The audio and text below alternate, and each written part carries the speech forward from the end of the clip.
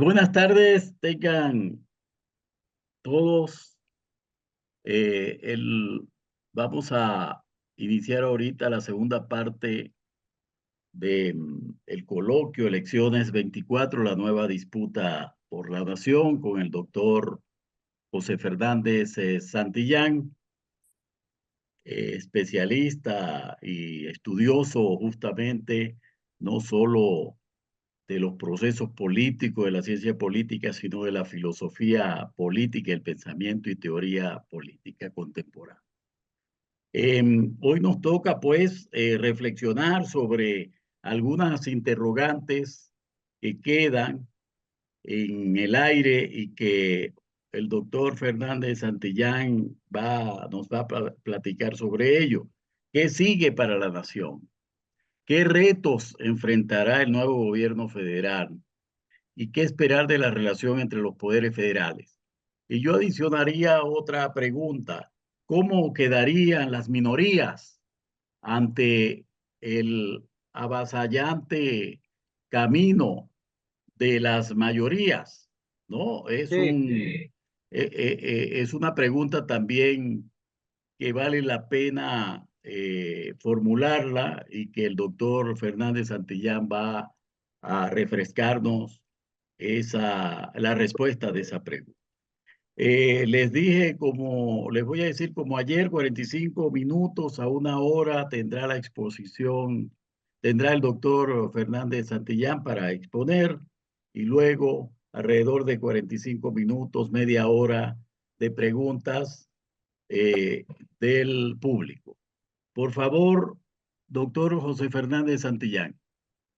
gracias. Eh,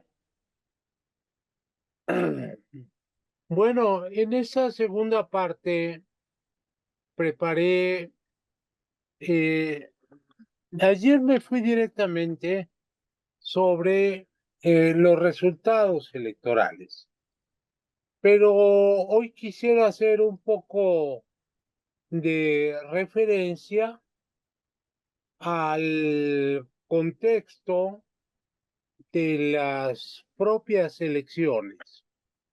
Y es un contexto que todos sabemos que llegó muy polarizado, eh, y polarizado por culpa del propio presidente de la República, que se encargó a diario de hostigar a la oposición, a quienes no pensaban como él, desde el, las mañaneras. Las mañaneras no se transformaron, no eran como se presentó, se quiso inicialmente, un informe diario de actividades del gobierno de la República, sino un foro de pronunciamientos políticos, mm, y de comentarios sobre la coyuntura periodística, literalmente.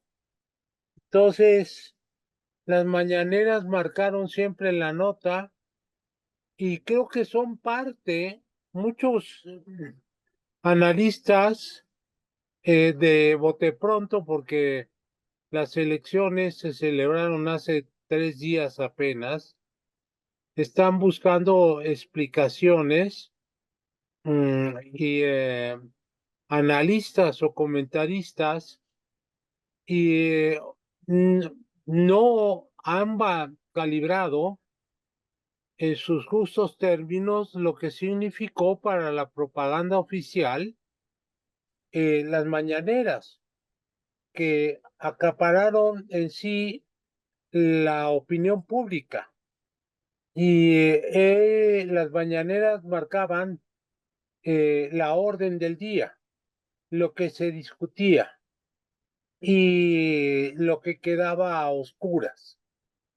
Entonces, eh, pues uno de los motivos por los cuales se puede explicar un triunfo tan holgado a reserva de que eh, el Tribunal Electoral del Poder Judicial de la Federación avale estos resultados, pues yo diría que eh, entre las explicaciones están estas propaganda y esta polarización que se fomentó desde el púlpito de las mañaneras. Entonces, obviamente, un discurso como el de López Obrador siempre fue un discurso referido a el pueblo, que el pueblo es el sujeto del populismo. Jamás lo es de los gobernantes democráticos, porque los de gobernantes democráticos generalmente hablan de ciudadanos, de partidos políticos, pero no se refieren al pueblo como una masa. Y en consecuencia, el no pueblo son aquellos que no están de acuerdo con el presidente de la República o el jerarca populista. Entonces, tenemos que ver el lenguaje que se usó y se ha usado en México, que es muy diferente al lenguaje político utilizado por la democracia. Y aquí se decía el pueblo bueno y se referían a los oponentes como los conservadores, como los tecnócratas, como los neoliberales, como gente de la reacción, como gente que se opone al proyecto, y el proyecto quería decir la 4T, y es la izquierda. Nosotros somos de izquierda. Todos los demás son la derecha. Aunque hubo corrientes de la izquierda que se opusieron y se siguen oponiendo a López Obrador, el punto fundamental es que solo él es el dueño de la franquicia de la izquierda y todos los demás son conservadores de derecha, etcétera, emulando obviamente las contiendas políticas del siglo XIX, político-militares del siglo XIX entre liberales y conservadores. Y él encarnaría entonces la figura del liberalismo y del liderazgo del liberal, que es Benito Juárez. Bueno, pues la cuestión es que para él resultó siempre muy incómodo la presencia de un actor que no son los partidos políticos, que no son los intelectuales, que no es su propio grupo ni su propio partido, sino que surgió como surgió de manera espontánea a finales de los años 90 contra las dictaduras comunistas, contra las tiranías eh, soviéticas, es decir, la sociedad civil. Y la sociedad civil en México jugó un papel fundamental en, en estos años. Desde 2019 estaba haciendo, para preparar esta presentación, estaba haciendo el recuento de cuándo surge en este sexenio ya como expresión autónoma la sociedad civil, y no es la sociedad civil organizada como puede ser los grupos ecologistas, los grupos de derechos humanos, sino es una sociedad civil, es una sociedad civil totalmente espontánea. La mayor parte, el grueso de esta sociedad civil es la clase media y entonces se dio, y aquí ya voy a poner el PowerPoint eh, eh, para explicarlo. ¿Se ve? Sí, Nada sí, sí más se hay que ve. agrandarlo. Ahí está. Aquí digo elecciones 2024, segunda parte, hoy 5 de junio, el Colegio de México. eh, y señalo así, vale la pena recordar que las elecciones del domingo 2 de junio vienen precedidas por grandes manifestaciones de protestas replicadas por manifestaciones a favor del oficialismo.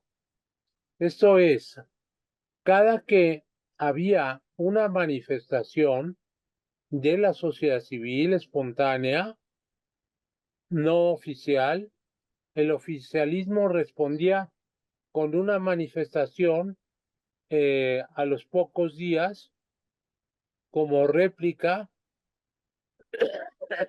en contra de esas expresiones de disidencia.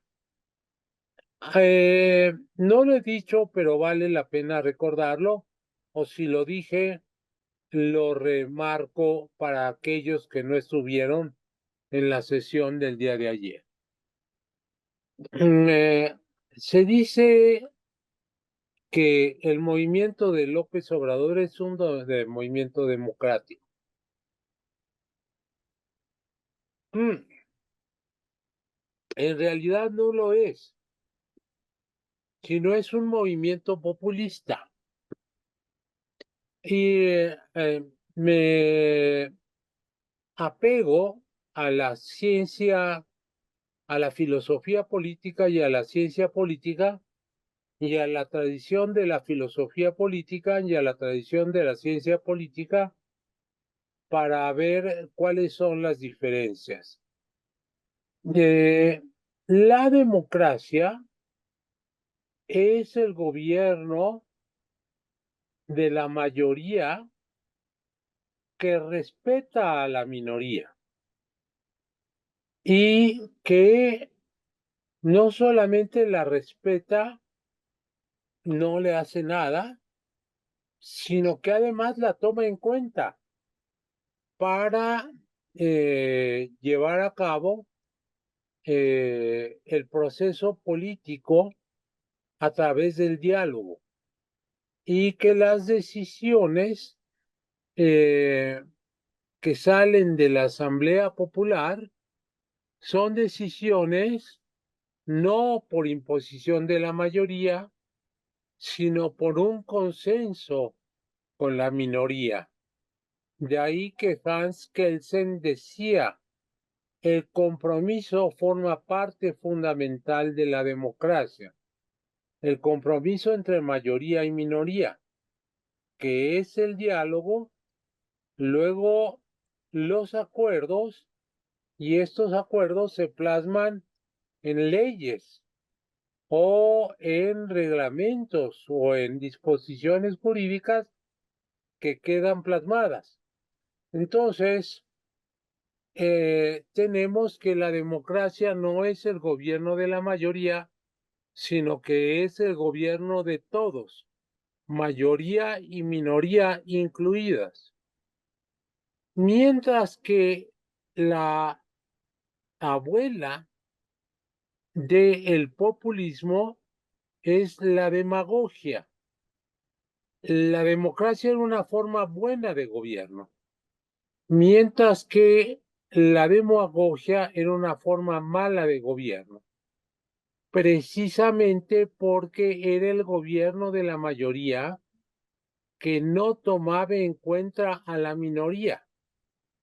Entonces, casi siempre la demagogia derivaba en la tiranía de la mayoría, y de la tiranía de la mayoría se pasaba a la tiranía de un demagogo. Entonces, tenemos que la demagogia en el ciclo de las formas de gobierno va y termina en la tiranía de una persona, de un demagogo. Hay diferentes tipos de tiranía, pero la tiranía demagógica es la abuela de las tiranías populistas que hoy existen en el mundo. Y solo nombraré algunas de ellas. Está la tiranía populista de Vladimir Putin en Rusia.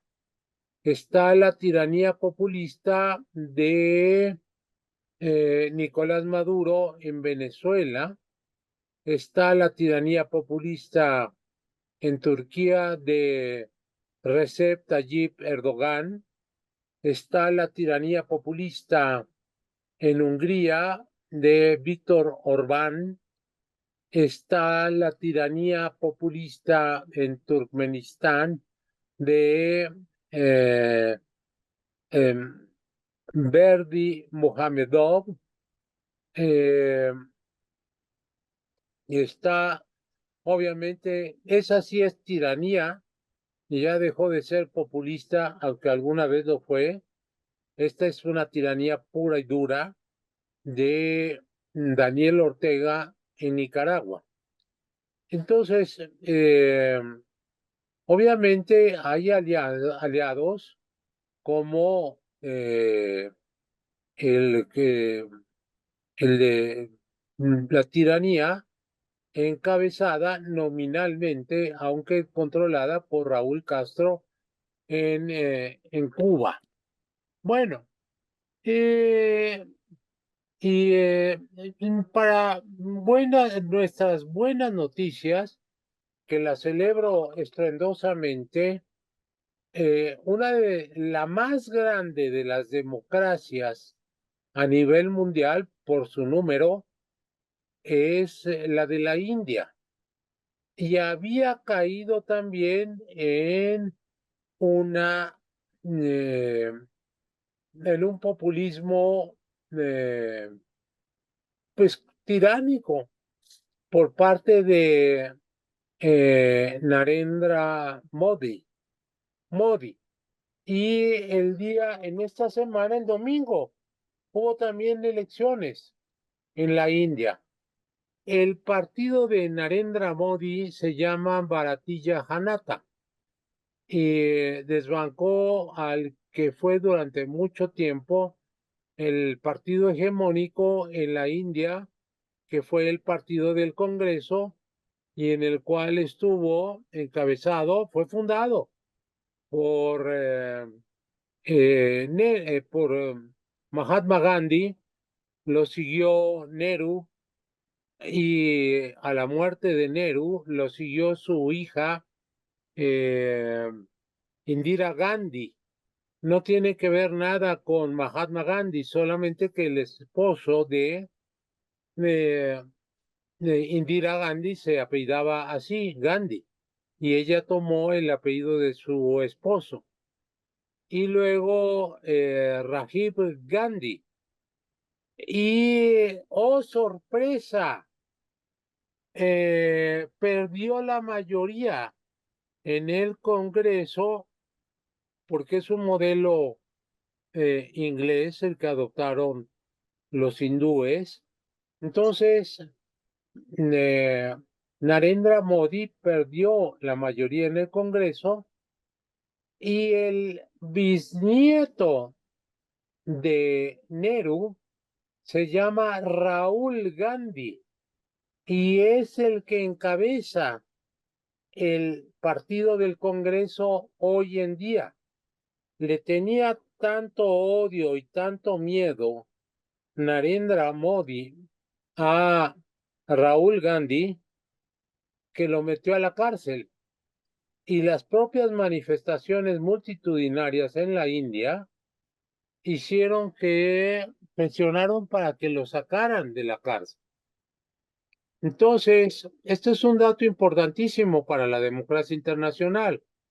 Piensen simplemente que el padrón electoral de la India es 12 veces más grande que el padrón electoral nuestro. Entonces, eh, piensen en un INE 12 veces más grande que el nuestro. Mm, mm. Pues el partido del Congreso, que parecía un partido ya en extinción, volvió por sus fueros y hay motivos de celebración a nivel internacional. Como, bueno, pues el problema hoy en México es que, y como lo dicen en muchos periódicos a nivel internacional, les recomiendo el artículo del Atlantic hoy y también el estudio que salió del Woodrow Wilson. Wilson Center. Tú lo conoces, ¿no, Freddy? Sí, El claro, Woodrow. estuvimos allá, ¿te acuerdas? Sí, estuvimos allá en el Woodrow Wilson Center en Washington. Sí, Es un, eh, es un centro de pensamiento de alta relevancia. Bueno, sacó un escrito sobre México y dice que pues la victoria de Claudia Sheinbaum pone en peligro a la democracia mexicana. Bueno, como sea, la cuestión es que un factor en el que quiero poner atención en eh, en estos momentos es en el surgimiento, en la presencia de la sociedad civil, pero una sociedad civil no como grupos, sino espontánea. La clase media que salió y que mucha gente no había marchado jamás en su vida. La primera de esas manifestaciones fue el 6 de mayo de 2019. Es decir, hubo una manifestación contra Andrés Manuel López Obrador. El motivo fundamental fue que las promesas de cambio por parte del presidente no fueron cumplidas. La mentira es la antesala de la traición.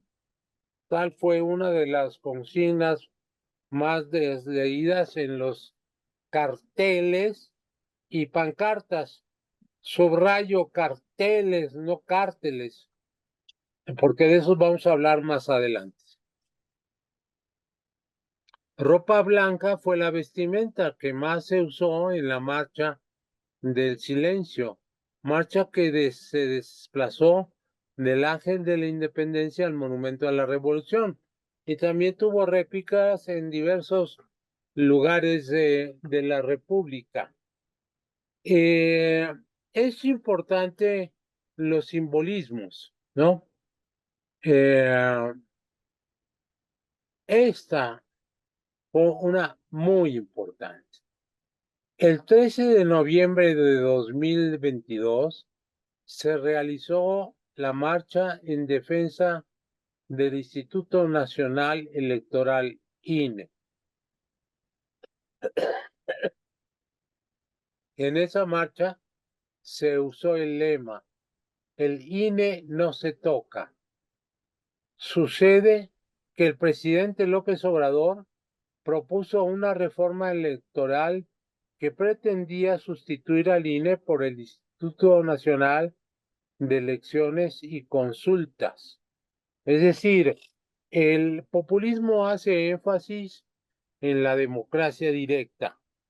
Entonces, para ellos es importante el referéndum, la consulta popular, el plebiscito, y fíjese a las aberraciones a las que puede dar lugar.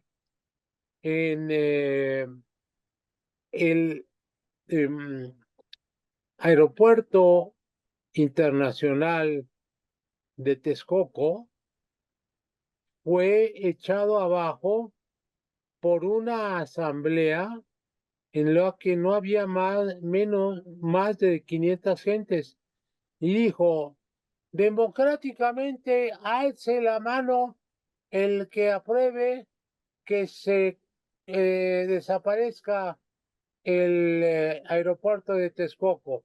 Obviamente eran todos acarreados, toda gente que había llevado en camiones, y la mano alzada, y por una acción democrática directa, ¡pum!, desapareció el aeropuerto de Texcoco.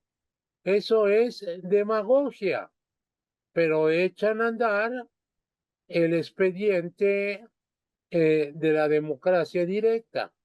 Entonces, lo van a seguir usando seguramente ahora con Claudia Sheinbaum: la consulta popular, el referéndum y el plebiscito. Entonces, también querían eliminar los 200 diputados plurinominales y reducir el número de senadores a 96. Bueno, esto va en contra de la democracia, porque parece que en Morena se les olvida que alcanzar los 200 diputados plurinominales es una lucha democrática que costó incluso vidas durante las protestas y los enfrentamientos que hubo con el ejército o con las policías, que en la Ciudad de México y en muchos lugares de la República. Entonces, las diputaciones no plurinominales no son gratuitas. Y ahora lo explico. Imagínense que México, como al mapa de México en blanco, y ahora divídalo en 300 cuadritos. Bueno, cada uno de esos cuadritos es un distrito electoral, y de ese distrito electoral va a salir un diputado elegido por el principio de mayoría. Es decir, van a competir PRI, PAN, PRD, Morena, Verde, PT, etcétera, o en coalición.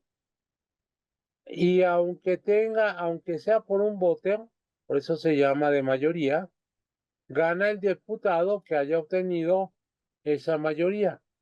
O sea, es el principio del que gana se lleva todo. Bueno, pues antiguamente el PRI ganaba todos los distritos, porque no eran cuadritos, sino eran eh, um, delimitaciones regionales que las hacían a capricho. Por ejemplo, si en la ciudad de Irapuato había muchos votos panistas, pues entonces se extendían al área rural, donde había muchos votos campesinos y seguros priistas, y entonces ahí ganaba el PRI. Entonces era una redistritación amañada. Entonces, esos son los diputados de mayoría. ¿Qué quedaba? Que aunque el PRI ganaba todos los distritos, en realidad no era representativo, porque abajo, sin representación, quedaban otros partidos políticos. Entonces, en 1970 no, hubo un Sí, primer intento en 1964 con diputados de partido y entraron 7 u 8 panistas. Después se amplió a los diputados de partido y luego ya en 1977 se permitieron 100 diputados de representación proporcional, es decir, que los partidos políticos, según el porcentaje de votos alcanzados, tuvieran un porcentaje de asientos en el Congreso. Después, en 1986, se aumentó a 200. Entonces, eso significa representatividad. Bueno, pues ahora quieren quitar esa representatividad y que nada más queden los 300 distritos para que haya una sobrerepresentación del partido en el poder. Este es el problema y es a lo que salió la gente a protestar. Eh, Como réplica a esta marcha, se organizó una contramarcha por parte del gobierno, organizada por Morena, el 27 de noviembre de 2022, para apoyar al presidente de la República en su reforma eh, política, que pues no progresó, y no progresó porque fue rechazada porque se necesitaba que hubiese que como era un cambio en la Constitución, tenía que tener mayoría calificada y no aunque la tenían, no, en el 22 ya no tenían mayoría calificada en en la Cámara de Diputados y tampoco en la Cámara de Senadores. Entonces, esa reforma política no progresó, pero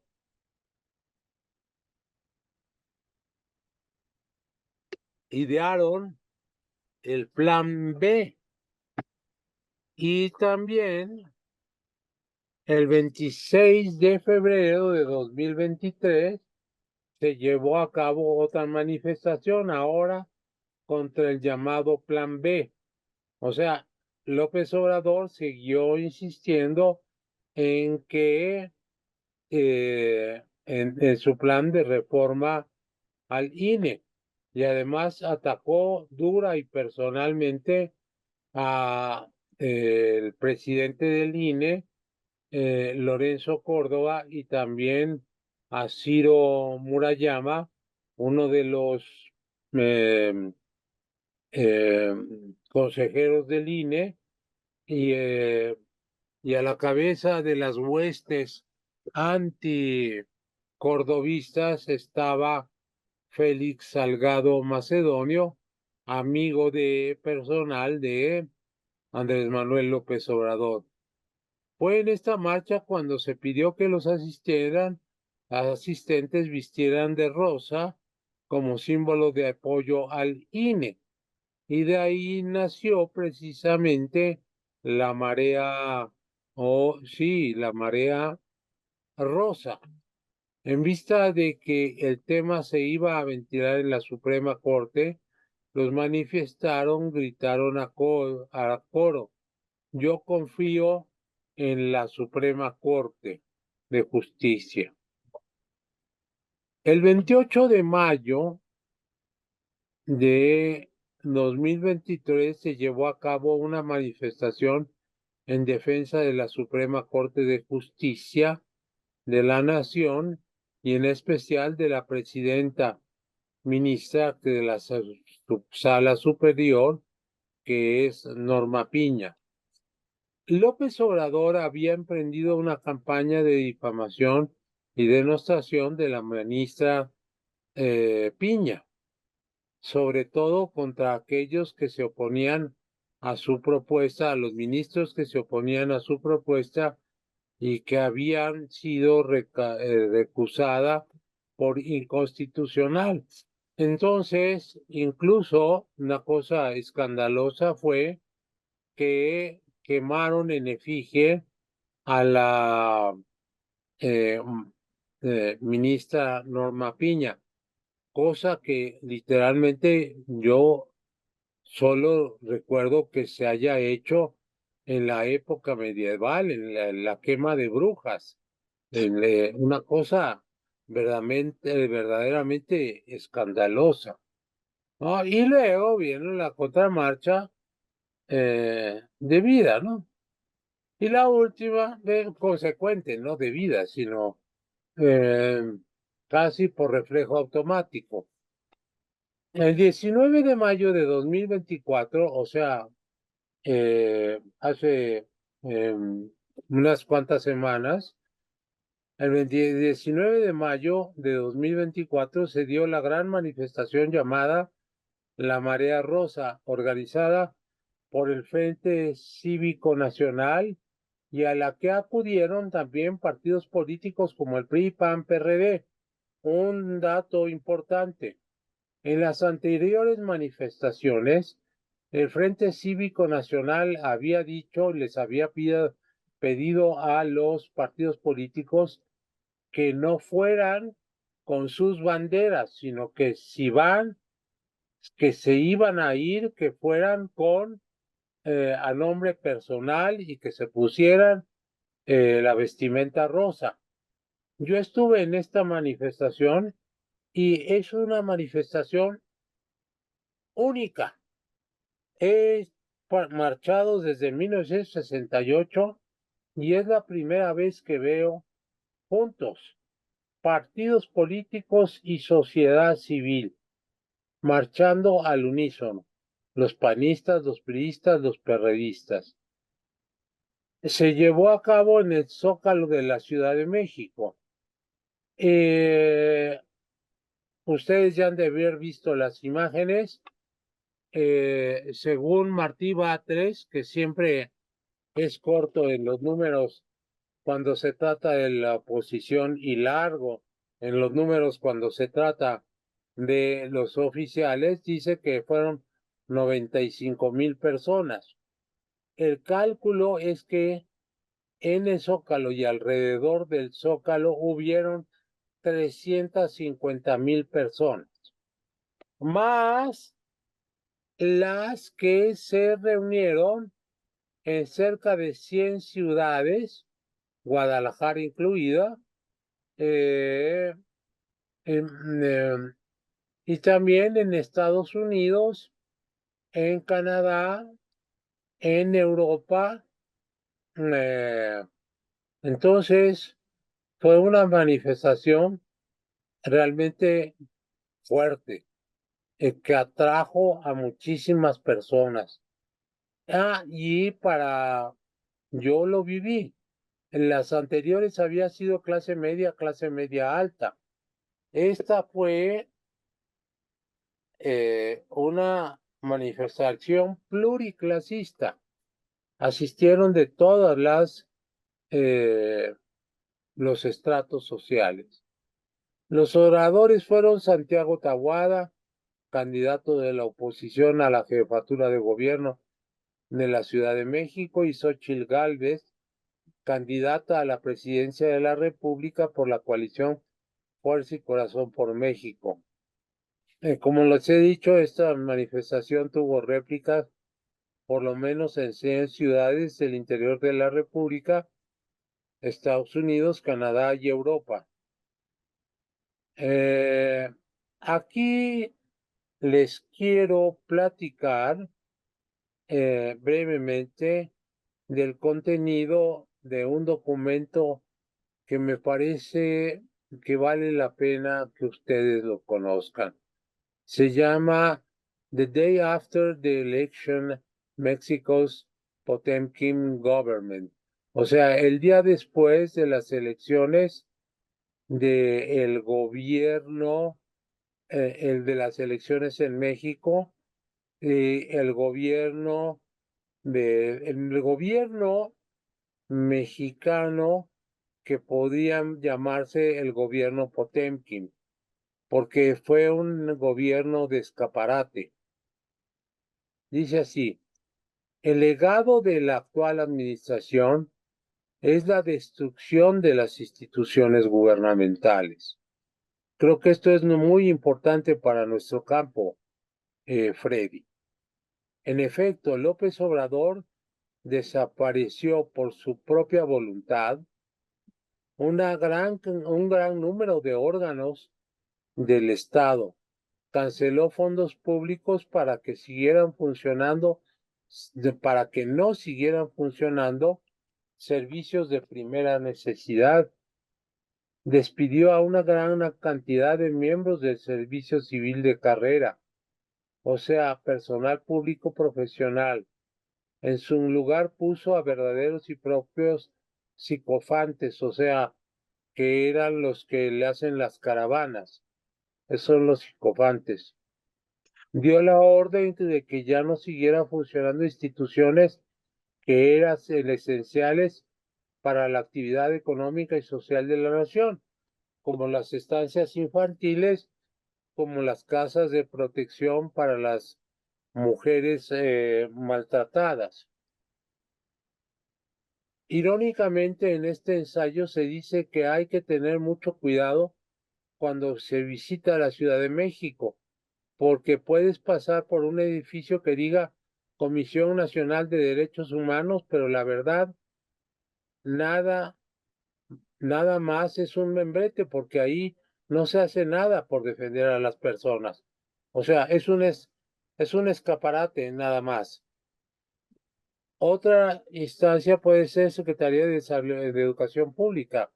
No obstante, lo que se hace ahí no es educar a la niñez ni a la juventud, sino adoctrinarla según el nuevo modelo marcado por la reforma educativa y que mucho se parece al modelo cubano o al modelo venezolano. En octubre, México tendrá su primera jefa de gobierno, pero al mismo tiempo ocupará una oficina en la que no habrá mecanismos para que el gobierno funcione. O sea, un centro de comando en la que no hay cómo, en la que no hay gobierno, pues, literalmente. No habrá una Secretaría de Educación para capacitar, con capacidad para echar a andar una reforma educativa. Tampoco una Comisión Nacional de Derechos Humanos capaz de defender a los ciudadanos. Tampoco habrá una policía en grado de investigar y perseguir a los delincuentes. O sea, literalmente lo que hizo López Obrador fue desaparecer al Estado. Marx estaría orgulloso de López Obrador, según su teoría de la desaparición del Estado. Bueno, pues este sí lo logró. Entonces contesto a la pregunta, ¿qué se espera para la próxima administración? Pues se puede esperar muy poco, porque le dejó un margen muy estrecho Andrés Manuel López Obrador a Claudia Sheinbaum para operar el gobierno. Unas finanzas públicas que están al borde del colapso y aeropuertos cada vez más deteriorados, carreteras en mal estado, incapaces de servir como vías de comunicación para que la economía funcione. La burocracia profesional, ya lo he dicho, fue despedida y en su lugar ocupados por puros recomendados. O sea, si eres miembro de Morena, aunque, y así sucedió literalmente, gente que no tenía ni secundaria terminada, como eran los guardaespaldas de López Obrador, fueron nombrados en altos puestos directivos. Tampoco hay mecanismos institucionales para responder a los desastres naturales, porque el Fonden, ya lo vimos con Acapulco, no pudo responder. Entonces, eh, para terminar, Freddy, yo diría lo siguiente.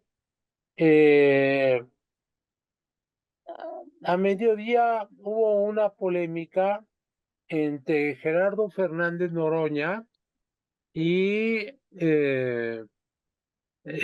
nuestro amigo José Antonio Crespo.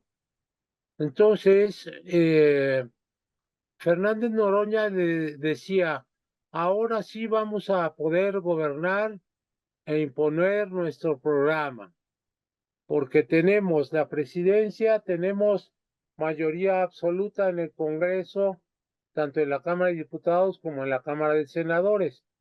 Y le contestó Crespo, pues no es así porque de acuerdo con los números, a ustedes no les alcanza para tener mayoría calificada, que es la que se requiere para hacer cambios constitucionales en la Cámara de Diputados.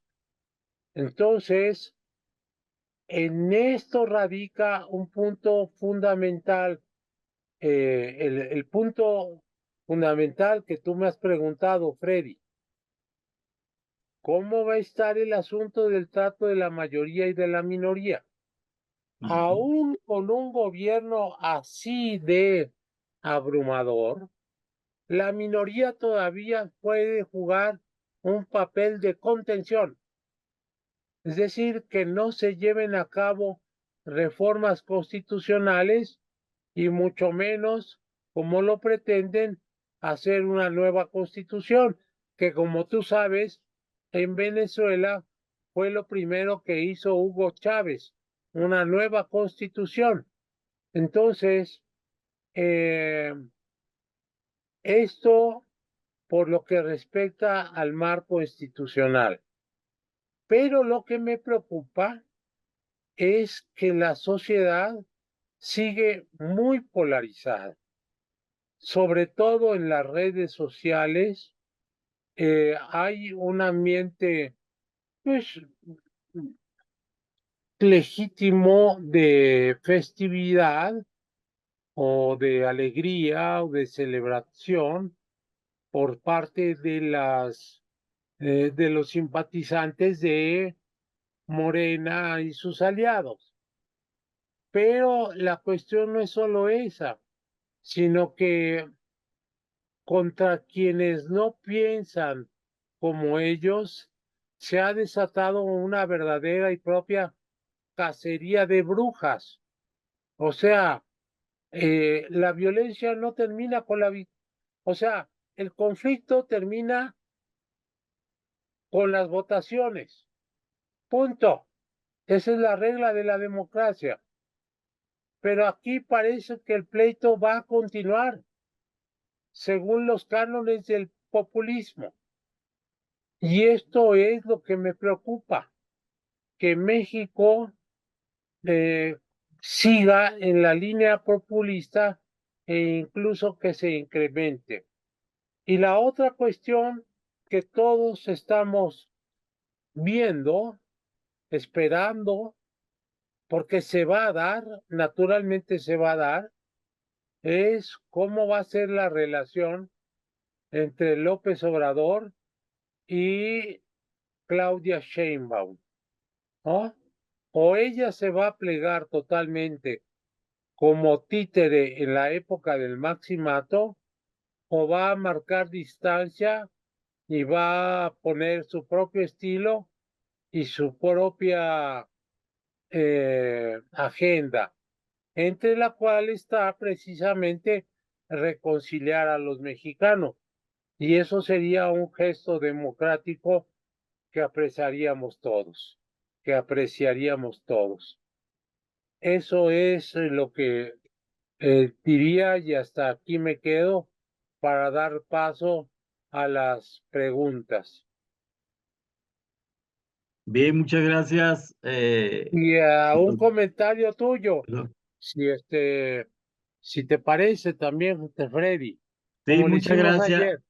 Sí, muchas gracias al doctor José Fernández Santillán. Vamos a abrir el espacio de preguntas de parte del público para que el doctor Santillán, pues, amablemente dé su respuesta. Tenemos,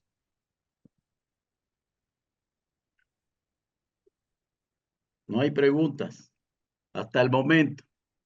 Yo, Pepe, desempolvé un libro que se utilizó mucho al inicio de la gestión de Hugo Chávez, Ah, cuando Hugo Chávez planteó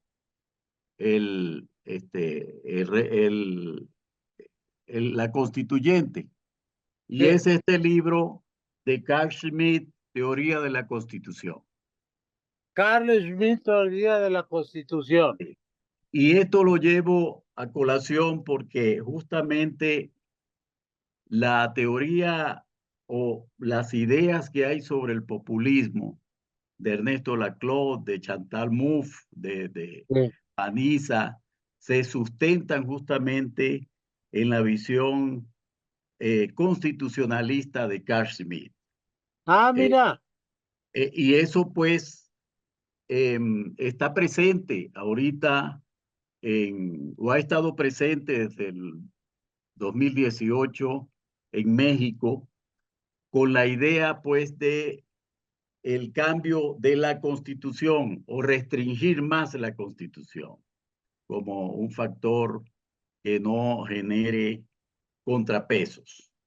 Entonces, yo creo, Pepe, que este es el punto crucial que va a tener ah, este gobierno de cómo cuando hablamos de acabar con las instituciones, los contrapesos, tienen que pasar por cambiar la constitución. sí, Y ahí va a ser un punto crucial de debate. Ese va a ser el debate fundamental en los sí, primeros años de Claudia Sheinbaum. sí. Qué bueno que lo dices porque eh, le has dado al clavo. Eh, y para quienes nos están haciendo favor de sintonizarnos, mm, eh, el concepto populismo en México no ha sido debidamente tomado en cuenta por el común de las personas, porque no hay una lectura de lo que es el populismo, ¿no? Entonces, cuando tú le dices, hablas de populismo, inmediatamente se enojan, ¿no?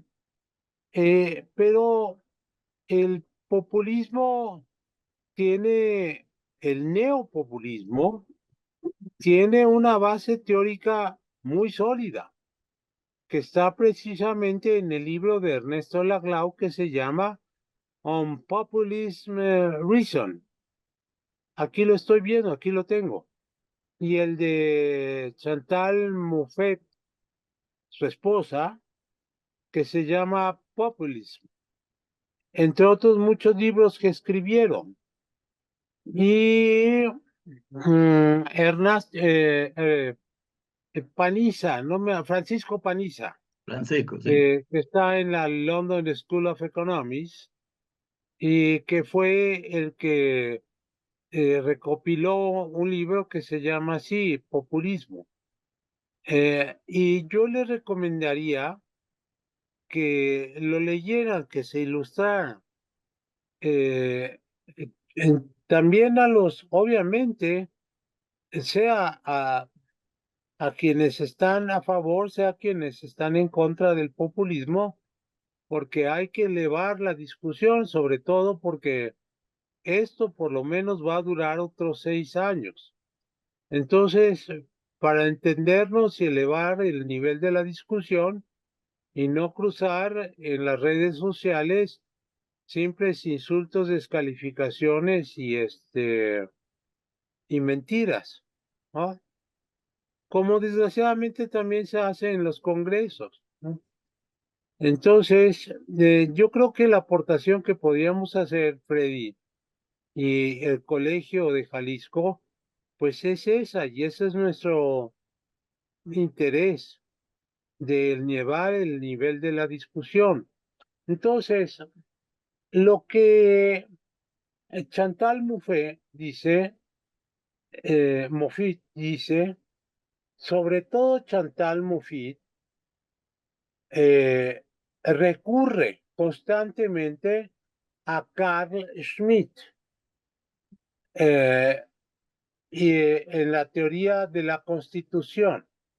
Así es, Ahora, ella dice, Carl Schmitt es un personaje que no goza de buen prestigio en nuestro tiempo, porque fue el ideólogo de Hitler, pero no me importa, porque quiero tomar el, el, eh, el cuerpo de su doctrina. Y entonces, Carl Schmitt fue quien dijo, la política se reduce a la relación amigo-enemigo. Y eso es lo que está haciendo el populismo. O estás conmigo o estás contra mí. Ese es en síntesis el punto. bien, O sea, no tienen una visión conciliadora de la política, sino tienen una visión conflictiva de la política, ¿no?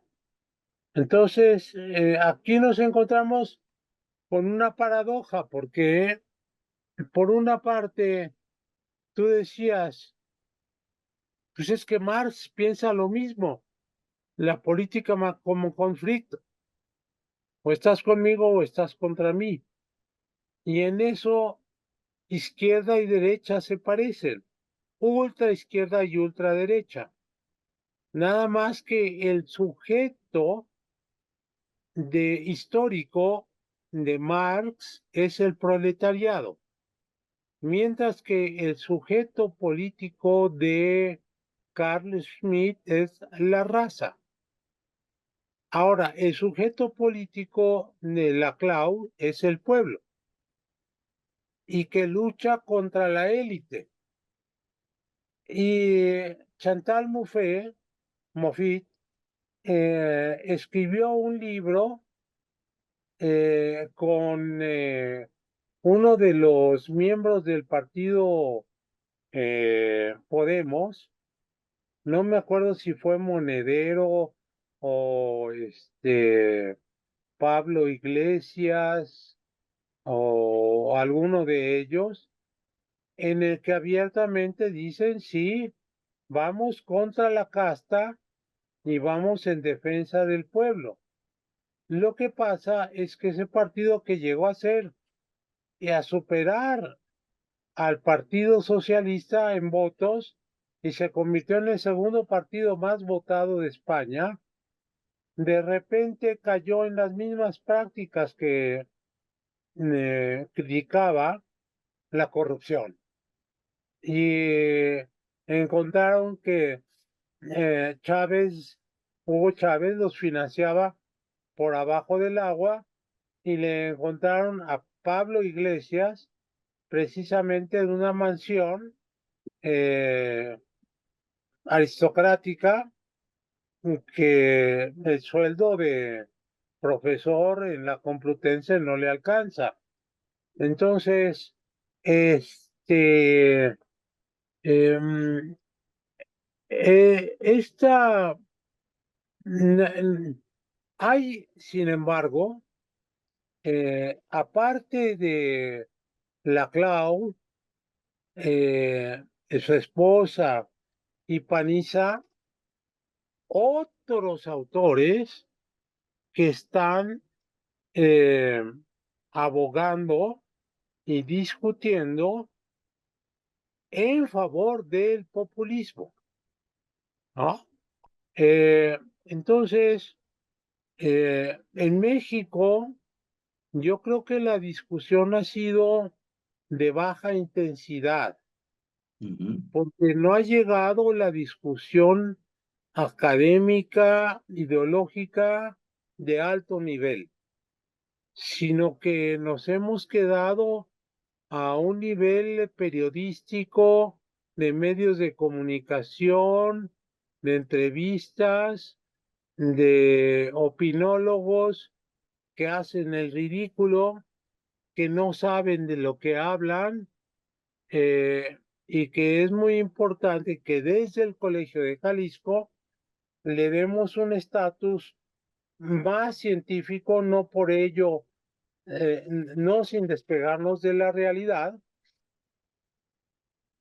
porque hoy más que nunca necesitamos entender qué es el populismo, discutir el populismo, porque tenemos un gobierno populista que logró la continuidad y abiertamente, pues, eh, Claudia Sheinbaum ha dicho que ella va a continuar el segundo piso de la cuarta transformación.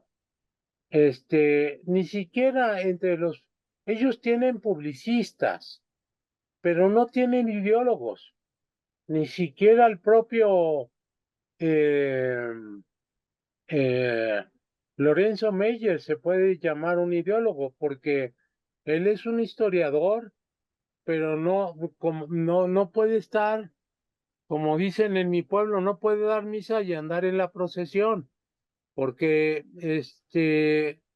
no está actualizado en estos temas. No ha leído, o si lo leyó, no lo entendió a Ernesto Laclau, porque además es una lectura difícil, pues, como tú lo sabes, ¿no? Tampoco a otros libros como el de Nadia Urbinati, Meet the así es. People, o los de Levitsky y Ziblatt, How Democracies Die, o el de Michiko Kakutani, que es un gran libro y que es The Died of Truth, The Death of Truth, es el libro es el título del libro de Michiko Kakutani, porque ella dice que un aliado indispensable del populismo es la mentira y la manipulación. Y entonces que Donald Trump lo aplicó en Estados Unidos y entonces buena parte de su estudio es sobre la campaña y el primer periodo de Donald Trump, con citas extraordinarias, ¿no? Y un libro que para mí es el mejor que se ha escrito hasta ahora en materia de populismo, de mi querido amigo Marco Rebelli, que se llama The New Populism. Se Bien. lo recomiendo ampliamente. Qué bien, Pepe. Por aquí hay una pregunta de Lili Gómez que dice, Claudia Sheinbaum tiene muchos favores que pagar. Se ve difícil que emprenda su política. Sí, claro. eh, Llega con muchos compromisos y es difícil que pueda tener una agenda independiente. Coincido totalmente con ¿Cómo se llama la alumna o la persona que preguntó? Lili Gómez. Lili, te agradezco infinitamente la pregunta, porque Claudia llega literalmente amarrada de pies y manos a la presidencia de la República. Y el primer compromiso de ella no es con el país, es con Andrés Manuel López Obrador, ¿no? Y ella va a hacer lo que le diga Andrés Manuel López Obrador. Bueno, te doy un ejemplo. Eh, Claudia Sheinbaum quiso nombrar a su sucesor en como jefe de gobierno de la Ciudad de México, que es Omar Harfuch, y además en porcentaje estaba muy por encima de los demás en cuanto a preferencias. Y de repente viene Andrés Manuel López Obrador y dice, no, va a ser Clara Brugada. Y tuvo que tragar sapos en la pobre de Claudia Sheinbaum y apechugar y se enojó, eh, hizo el coraje de su vida, pero Harfuch va para senador. Yo creo que va a ser un senador de pocas semanas, porque es, va a ser el secretario de seguridad, quieras o no. No tiene otra persona más que él para desempeñar esa muy delicada función, ¿no?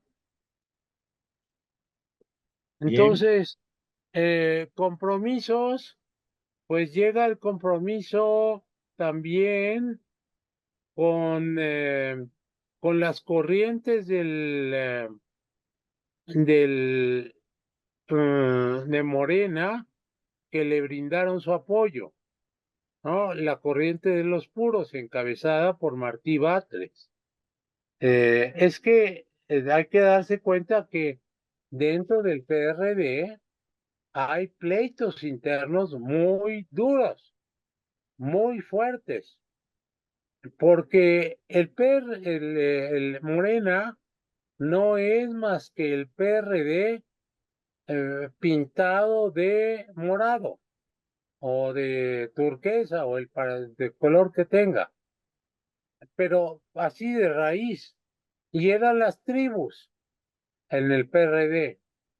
Y las tribus siguen dándose en Morena. Entonces, son pleitos que vienen desde el PRD, son las mismas personas, son los mismos intereses, son los mismos repartos de cuotas que Andrés Manuel López Obrador había logrado controlar y a veces ni él mismo había logrado controlar. Acuérdate simplemente de las elecciones internas de Morena, aquello fue un mare magnum, ¿no?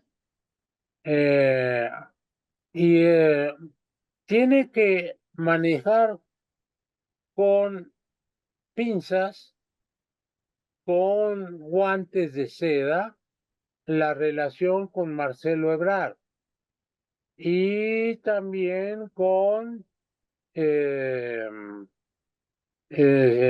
Mario Delgado, ¿no? Porque Mario Delgado no es de su grupo. Y Sheinbaum necesita a Morena y una Morena, un partido Morena que se mueva acorde con lo que ella necesite. Y ahí va a estar el problema, porque va a decir López Obrador, no, Morena se mueve como yo digo. Y Sheinbaum va a decir, necesito que Morena se mueva como yo necesito. Y entonces ahí van a venir negociaciones muy tensas entre López Obrador y Claudia Sheinbaum. Estamos hablando de grandes intereses. Simplemente piensen en cómo se van a manejar las relaciones internacionales. Vamos a seguir siendo tan amables con los cubanos, los nicaragüenses, los venezolanos. Vamos a intensificar esa relación y una más con Estados Unidos. A ver, ¿cómo le vamos a hacer con los migrantes, con las inversiones? Cuidado, ¿eh? Ya hubo una señal inmediata. Cuando gana Sheinbaum, la bolsa de valores cae y el peso sube, signo de que al sector económico no le gustó. Y es una advertencia para decirle, o nos ponemos de acuerdo o se revienta la economía mexicana. Muy bien, Pepe. Em, por aquí, Elsie Núñez te envía felicitaciones por tu magnífica participación desde la Ciudad de México. ¿Sí? Y Gracias, no, Elsie. sí, no encuentro más preguntas, pero sí más o menos este, tu exposición estuvo clara en el sentido de que dejó algunas pistas de análisis para lo que tú decías, que tenemos que profundizar sobre un fenómeno que hoy vive México y América Latina, que es el populismo. ¿Sí? Eh, Sí, Freddy, yo le insistiría para aquellas personas que no se conectaron ayer, que lean mi libro que se llama Populismo. Gracias. Populismo, democracia y globalización. Yo soy el autor, está en Editorial Fontamara, es la editorial donde publicamos Freddy y yo. Freddy y yo también hemos escrito varios libros juntos o en libros colectivos. Un libro que escribimos juntos fue eh, La perspectiva internacional de los partidos políticos en México. así Fue un es. trabajo que hicimos para la Naciones Unidas, para la, ¿cómo se llama? La UD o qué es? Para educación. Ese es La la parte UNESCO, para la UNESCO. Eh, sí. este, Sí, nos fue patrocinó. un proyecto financiado por ellos que nos encomendaron esa investigación y Sí, la Pepe y un financiaron servidor, ellos. pues lo Sí, desarrollamos. Y cuando eso trabajábamos en el Tecnológico de Monterrey, donde teníamos cada uno de nosotros un grupo de investigación. El de él se llamaba Sociedad Civil y Democracia y mi grupo de investigación se denominaba Administración Pública, Gobierno y Ciudadanos.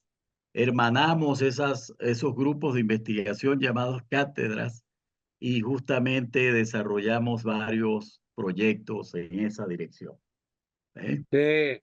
Y organizamos muchos eventos, Así es. conferencias, ciclos de conferencias, y Sí, realmente el libro de la perspectiva internacional de los partidos políticos en México, imagínense, entre dos no lo hubiéramos podido realizar.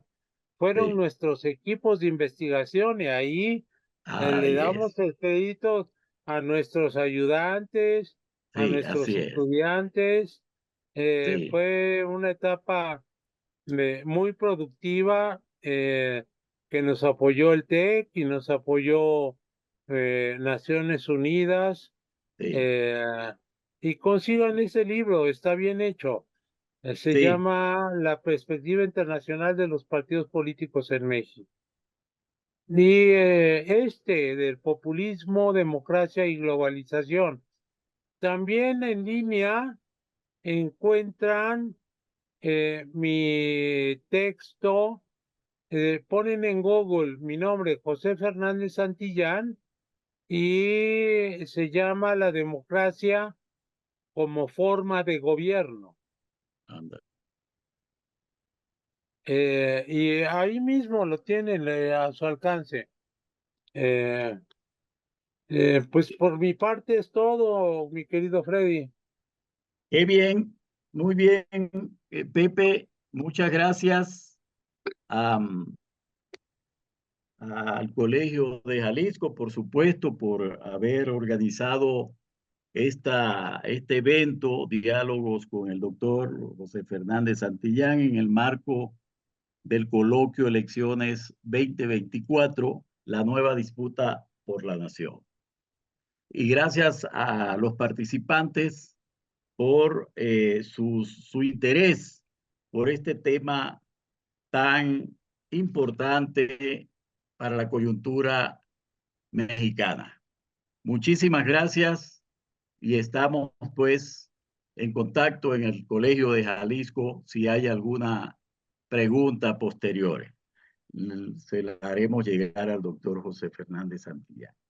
Muchas Nada más gracias.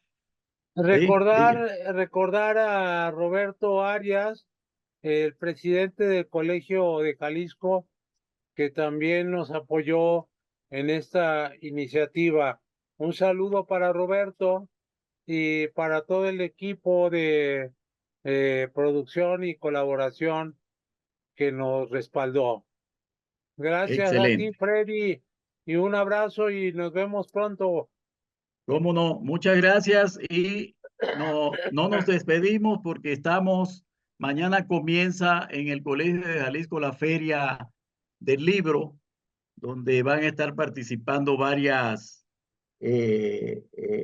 editoriales, más la editorial del colegio, y están pues contempladas algunos eventos en estos 3 días que corresponden a esta feria del libro del Colegio de Jalisco, jueves, viernes y sábado. Están cordialmente invitados. Muchas gracias y nos vemos. Nos vemos.